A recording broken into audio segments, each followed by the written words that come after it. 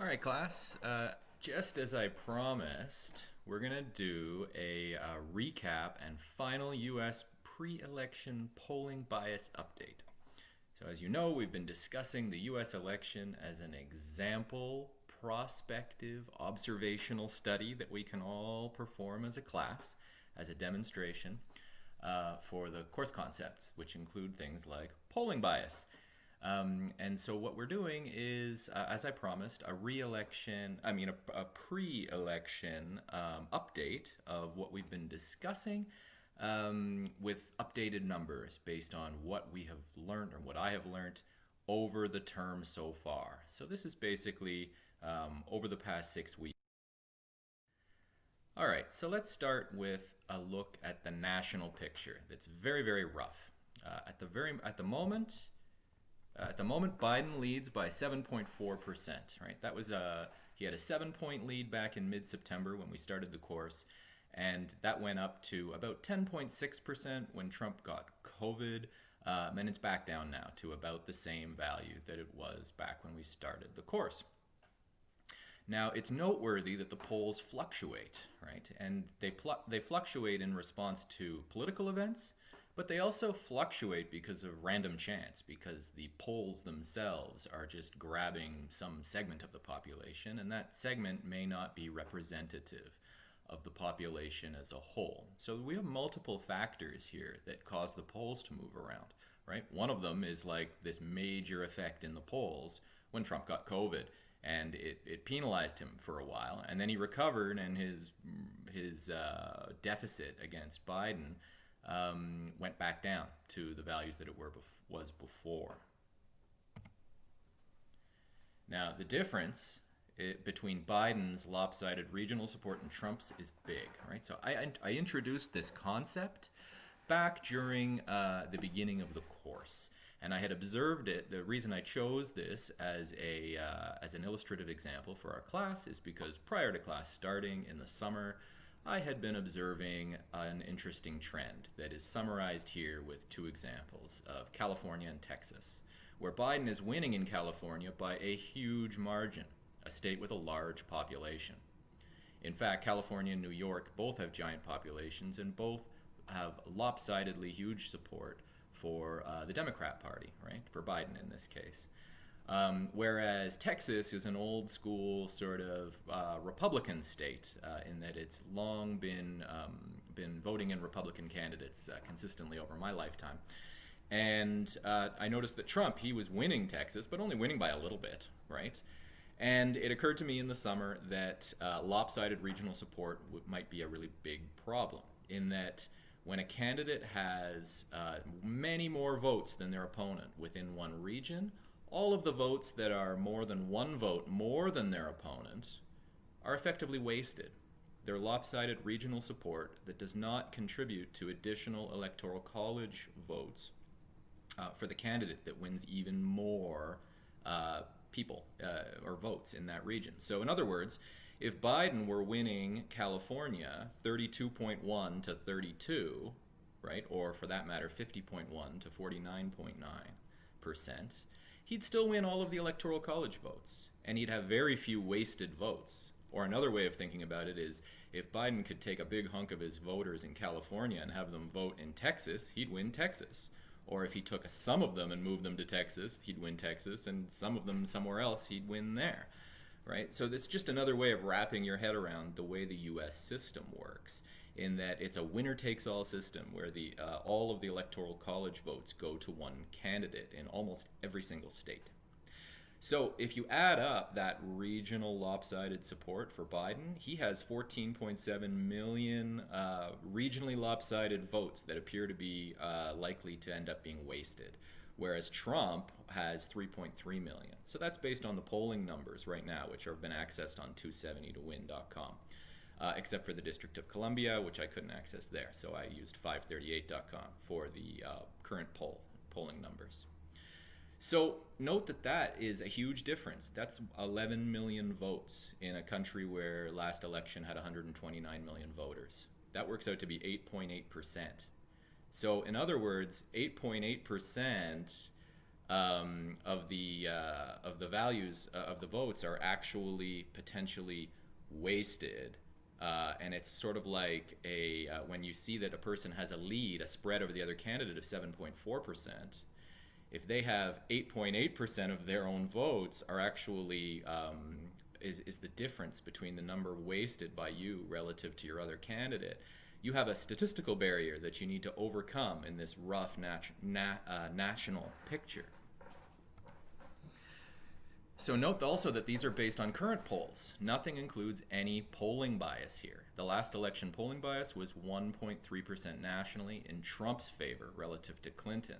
And that, assuming it repeats, would be an additional statistical barrier for Biden to overcome. So just as a warning right up front, Biden has quite a few statistical barriers ahead of him, even though he's ahead 7.4% in the polls.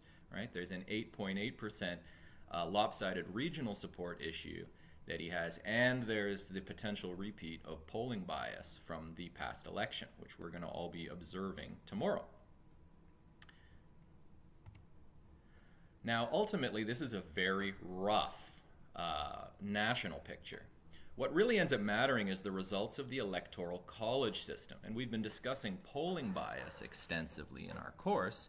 So what we're going to do is take a look at a more detailed breakdown by states and see if we can come up with a better list of what might actually be the swing states. Perhaps we can figure out what states polls are predicting are going to go one way and that they might actually go a different way. And then we'll even take a stab at the end to come up with what might be a probable outcome of the election. Now, we're going to discuss that in detail. So, let's start with the United States polling bias by state, that is broken down by each state as a percentage of the local voting population, as was observed from the 2016 election. Okay, so this is the difference between what the polls said was going to be the difference between Clinton and Trump and what the actual difference was. Okay, so to wrap our heads around that, let's take a simple example, like Alaska. Alaska is a strong example where there was about a 20% polling bias. In other words, if the polls had said that Trump was going to win by 6%, he ends up winning by 26% or 27% or something like that. So the polling bias is the difference between what the polls thought the spread was going to be between the two candidates and what the election results actually were. Okay? So if it's negative, it's in favor of Clinton in the 2016 election, and if it's positive, it's in favor of Trump. So just looking at the distribution, it's noteworthy that the polling bias is heavily in favor of Trump across states relative to Clinton, or at least it was back in 2016. Also noteworthy about the possibility that polling bias is about to repeat in the election tomorrow, it's noteworthy that there already is a distribution of polling bias that kind of logically makes sense about the United States political culture. A state that is already known to be a red state, a Republican-leaning state like Alabama or Alaska or Arkansas or Kentucky or Kansas or Mississippi, right? States that already are heavily leaning to the Republicans, surprisingly enough, of all of the people that you poll, you can't get through to everybody. That's the nature of polls. We discussed this earlier in the course, right? When you poll everybody, there are some people who don't have a phone. There are some people who live in a cell phone dead zone. So even though they have a cell phone, they're not going to answer your poll because they're not going to answer their phone when you call, unless they're driving through town where they have cell phone coverage. But they're driving through town doing errands, and so, of course, they choose not to answer the poll when the pollsters happen to call and happen to get through to the person. Right? So there's lots of reasons out there that the polls just can't get through to everybody. So the interesting concept here is that of the people you can't get through to in a poll, what is the distribution of those people's voting intentions? And what we see here from these examples is that, and this isn't really too surprising, I think, is that in a state where most of the population, where there's a strong tendency in the population to support, say, the Republican Party, that when the polls try to find out people's voting intentions, of the people they missed, it kind of makes sense that they are disproportionately Republican supporters. Similarly, in extremely blue states and extremely Democrat supporting states like, California, right, or New York State, that of the people you can't get through to, there's a disproportionate number of them are supporters of the Democrats. And so when the pollsters say that the Democrats are going to win by a certain number of points, in California, they might end up winning by an additional 8 points or something like that, which is what happened in 2016, roughly, from the looks of the chart right now. So it's noteworthy that America has a bias in the polling bias in favor of the Republican Party.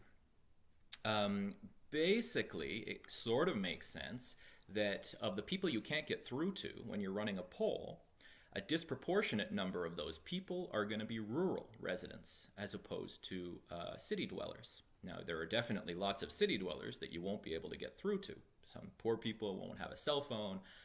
Some people barely use their cell phone. Some people choose to not have one for whatever reason. But ultimately, there's a lot of people who you technologically can't get through to because they live in too rural a location in the countryside. And note that the regions with the biggest polling bias are places where a lot of people would probably live and where technology is going to be hard to facilitate accessing them and contacting them, right? So like Alaska, wow, Alaska's got a lot of rugged rural terrain. North Dakota, another good example, right? South Dakota, another example. Lots of people in these regions live in very rural, remote areas, and so pollsters are going to have a very hard time getting through to them. All right, so this is the basic outline of what happened in 2016. So how does that effectively possibly affect our upcoming election? And that's one of the things we're going to be analyzing in quite a bit of detail in this little lecture. All right, so we're looking at the state picture, the per state picture. We're going to look at what happens when we break everything down by each state.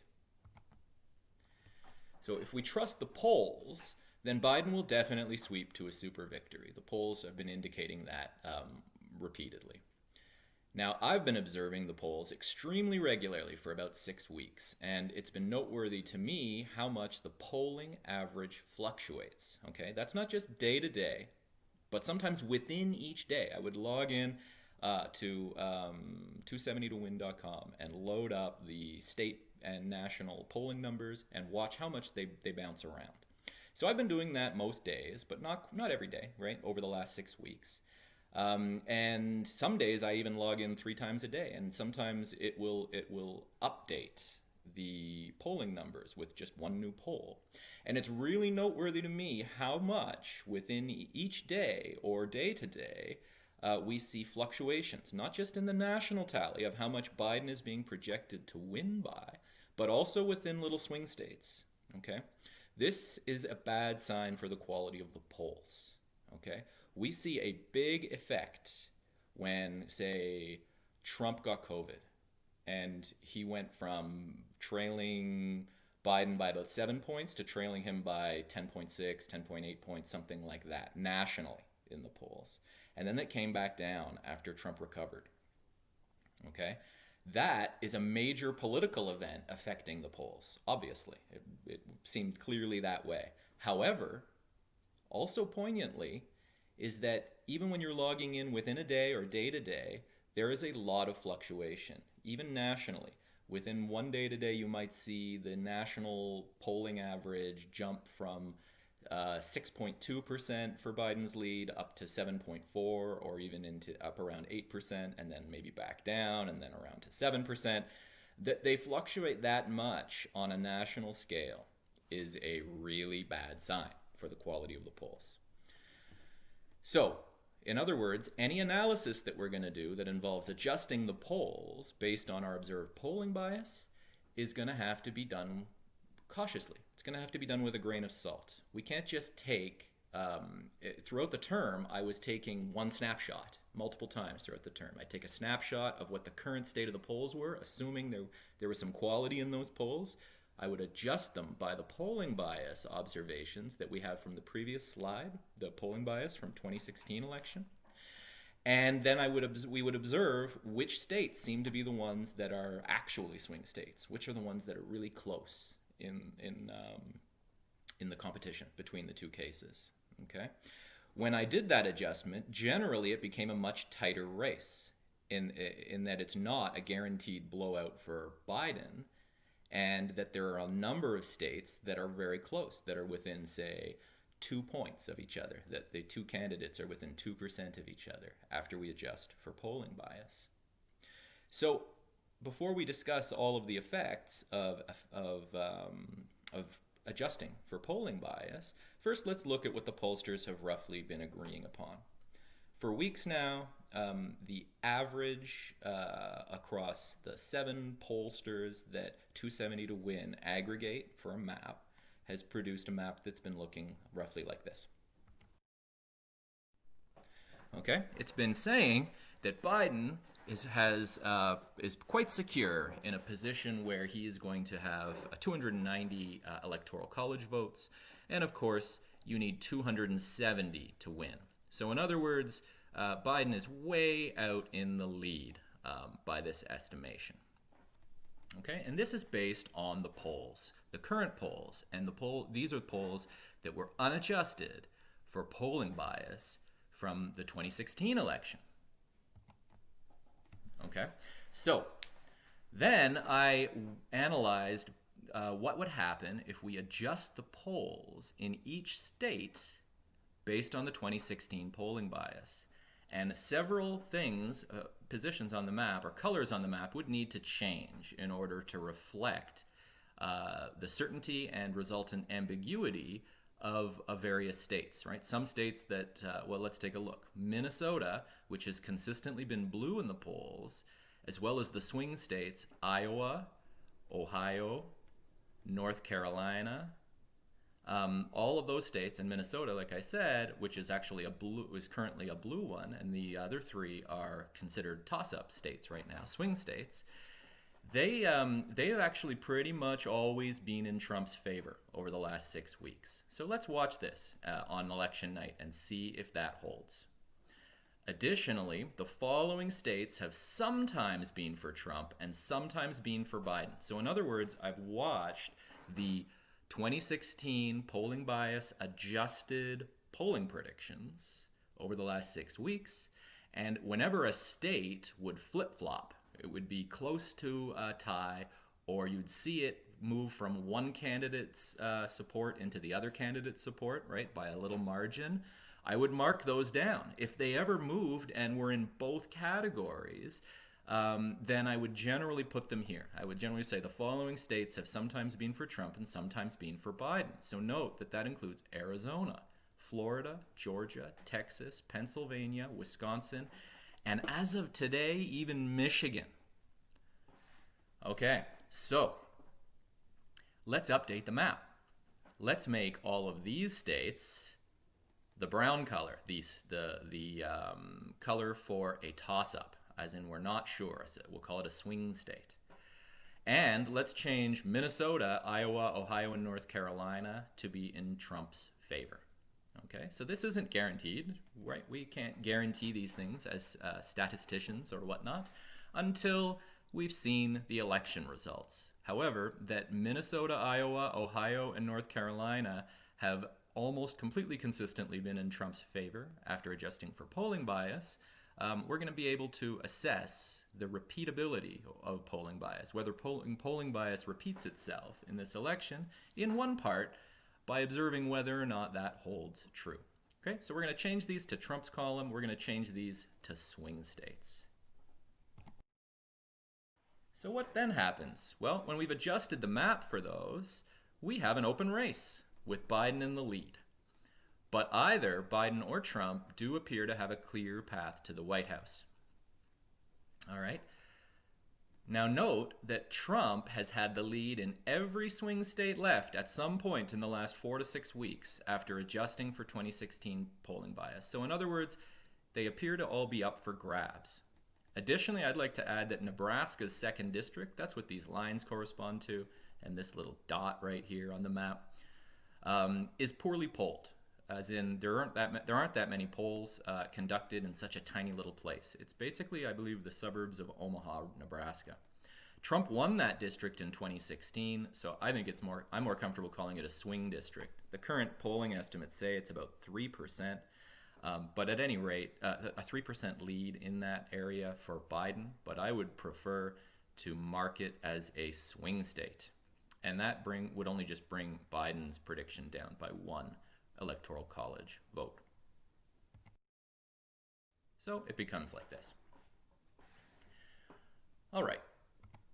So although Biden is leading, either Trump or Biden could easily win based on the ambiguity of what's going to happen in these swing states that, with polling bias adjustments, are all apparently in play. They're all apparently states that that there's a decent chance enough of either candidate winning. So let's take a stab at calling the remaining states, as in calling the election.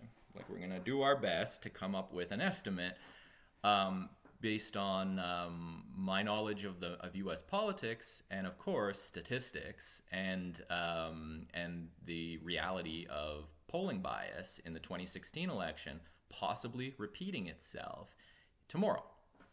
All right, so that's going to be a mixture of my qualitative observations of how often that state was in the Trump or Biden's favor after polling bias adjustments. So just as a star, this isn't a formal study, right? This is a demonstration for our Stat 101 class. I didn't have the opportunity to observe every single day or even multiple times a day of every day what the results would be.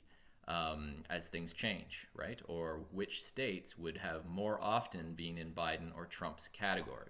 If I had, maybe I could have constructed a probabilistic model, maybe even a random variable, right? We're currently discussing random variables in class, which help us model the combination of the probability of event occurring, like the probability of Trump or Biden winning a state, multiplied by an outcome of interest. Well, our outcome of interest here would be what would the resultant electoral college votes be, or what would be the result of the overall election. At any rate, we're not in a position to estimate the actual probability of a candidate winning. Some websites try, but I'm not convinced that we're in a very good position to estimate the true probability of Trump winning or not winning any given state that's left to be called, all of the toss-up states. At any rate, by my observations, Wisconsin, right here, Wisconsin, Georgia, and Texas have often and or predominantly been in Trump's favor over after adjusting for polling bias over the last 6 weeks. And Arizona, Pennsylvania, and Michigan have almost completely been with Biden after polling bias adjustments for the last 6 weeks. None of them exclusively. They made this list because of the fact that in the last 6 weeks, each and every one of these regions flip-flopped at some point to be in favor of Trump or Biden. Okay?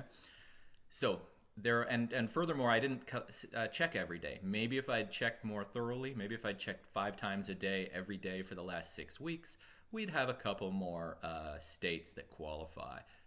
Maybe some of the ones that I just assigned, like Minnesota, maybe. But Minnesota, most of the time, Trump has been out in the lead by at least 1.5 points after adjusting for 2016 polling bias.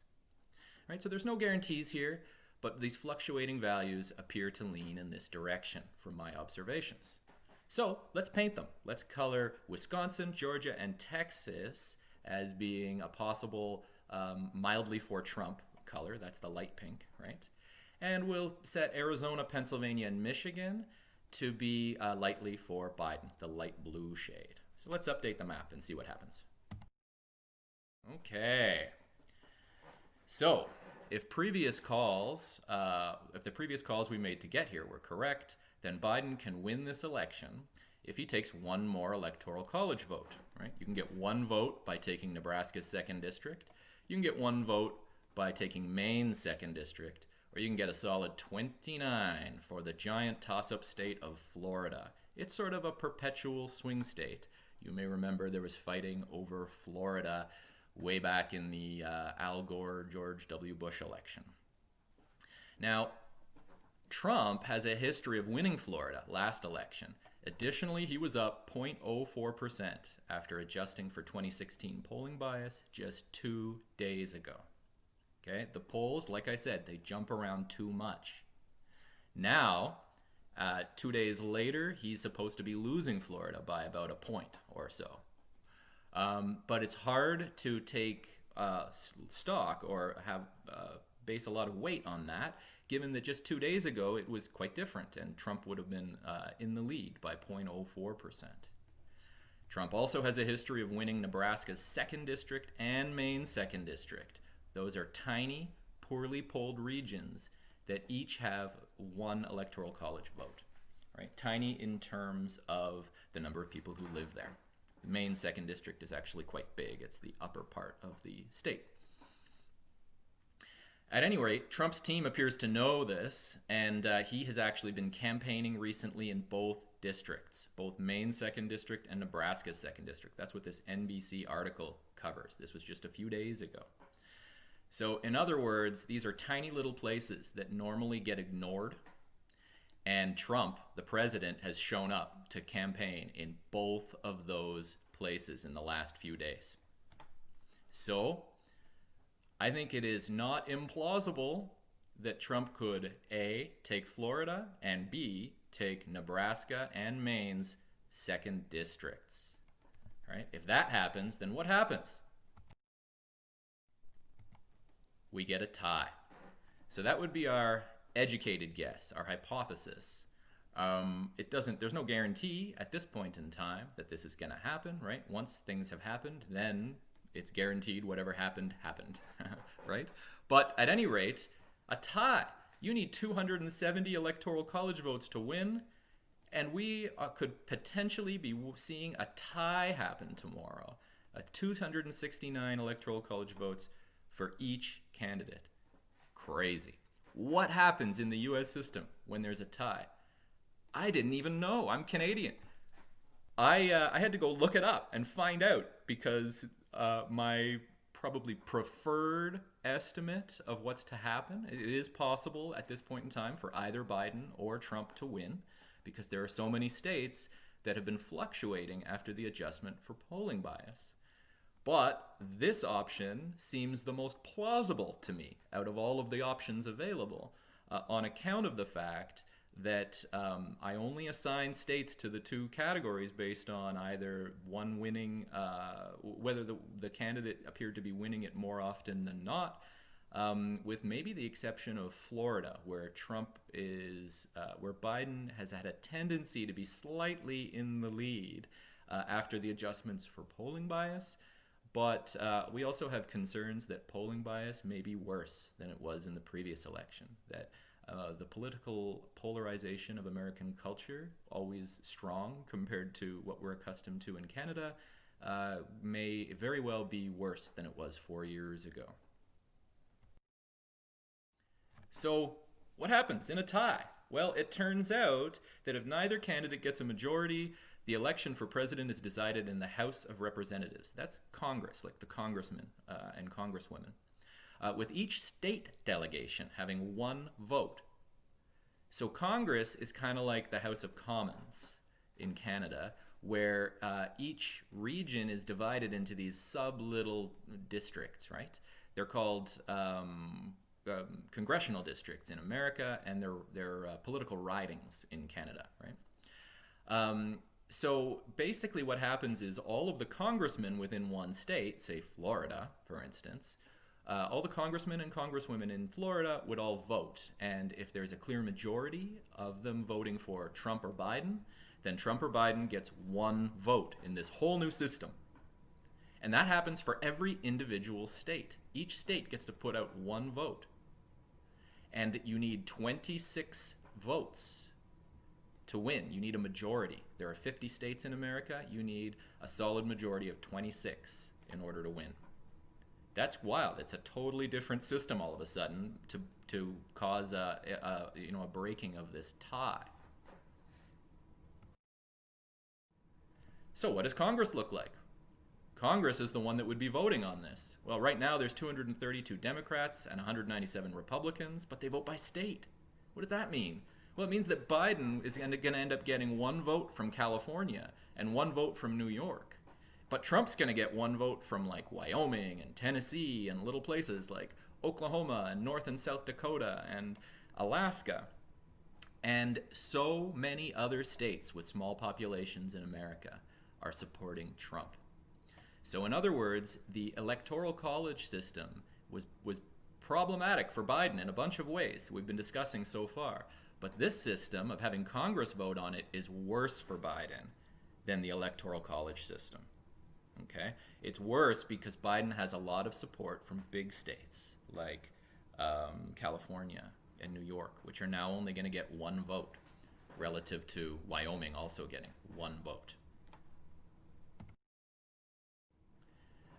Now, I tracked every single Republican and Democrat in the House of Representatives in order to see what the vote would be. And it turns out if they all were to vote on party lines, that means all the Republicans vote for Trump and all of the Democrats vote for Biden, then Trump would win that vote, 26 to either 22 or 23, depending on whether the one libertarian sitting that I found, Justin Amash of Michigan's 3rd Congressional District, whether he votes for Trump, which would cause a tie in Michigan and deny Biden a vote for Michigan, and Biden would get 22, or if he abstained or voted for Biden, then that would result in Biden getting 23. But that still doesn't solve things, because it turns out the American system is even more complicated.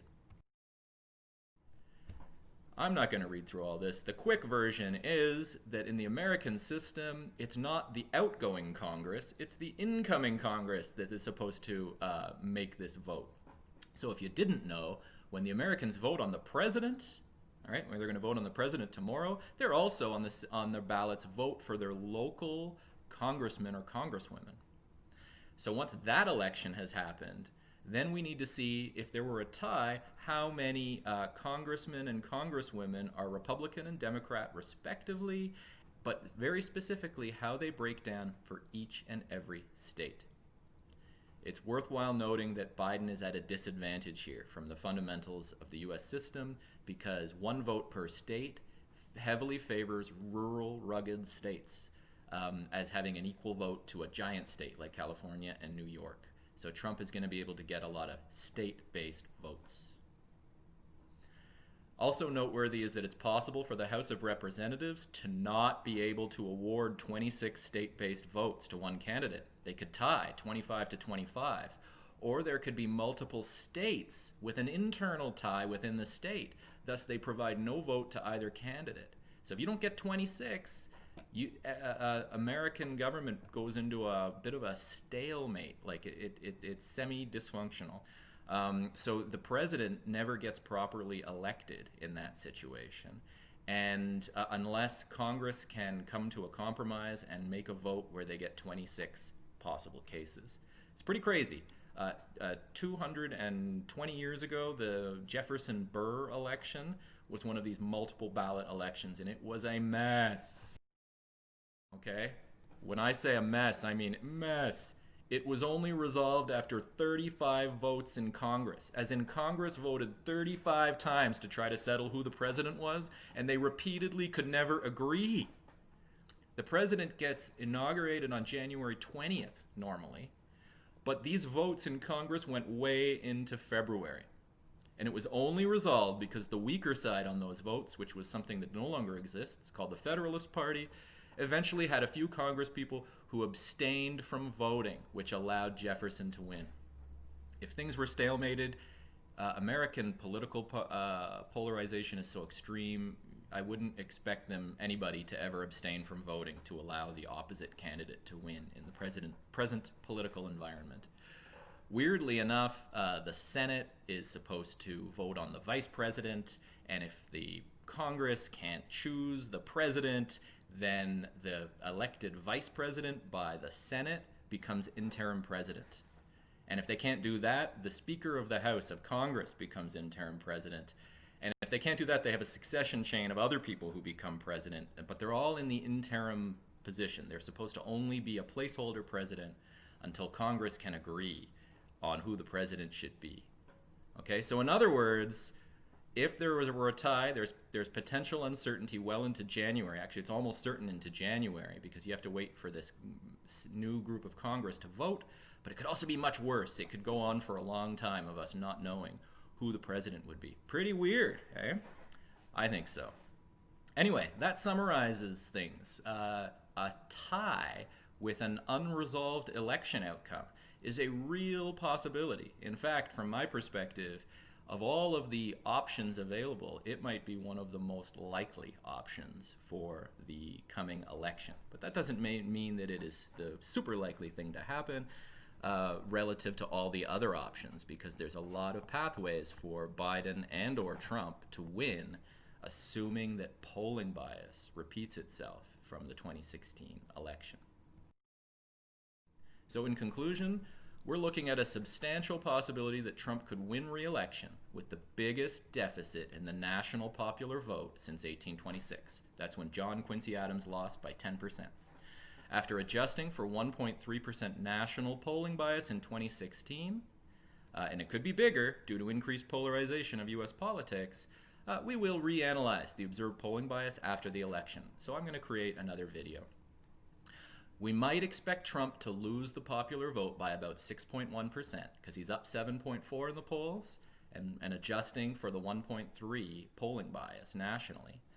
But that wouldn't change that he has a real chance of winning outright and is likely to end up winning in the event of a 269 to 269 tie.